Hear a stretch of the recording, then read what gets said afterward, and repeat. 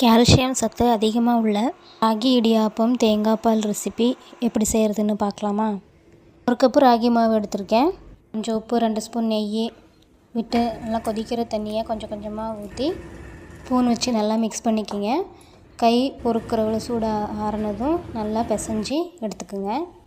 முறுக்கு பிழிகிற அச்சில் கொஞ்சம் நெய் தடவி வச்ச ராகி மாவை அதில் போட்டு இடியாப்பம் பிழிஞ்சு எடுத்துக்கலாம். இந்த மாதிரி செஞ்சு பாருங்கள், நல்லா சாஃப்டாக வரும்.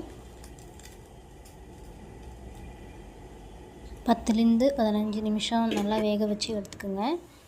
கூட தேங்காய் பால் ஊற்றி சாப்பிடும்போது டேஸ்ட் அல்டிமேட்டாக இருக்கும். இதான் ராகி இடியாப்பம் நல்லா சாஃப்டாக ரெடி ஆயிடுச்சு. தேங்காய் பாலுக்கு 1 மூடி தேங்காய், 2 ஏலக்காய் தண்ணியை ஊற்றி அரைச்சி வடிகட்டி எடுத்துக்கோங்க. உங்களுக்கு தேவையான அளவு நாட்டு சர்க்கரை போட்டு மிக்ஸ் பண்ணி இடியாப்பத்து மேலே கொஞ்சம் தேங்காய் பூ போட்டு தேங்காய் பால் ஊற்றி சர்வ் பண்ணி சாப்பிட்டு பாருங்கள். டேஸ்ட்டு அல்டிமேட்டாக இருக்கும். வீட்டில் செஞ்சு அசத்துங்க. பாய்.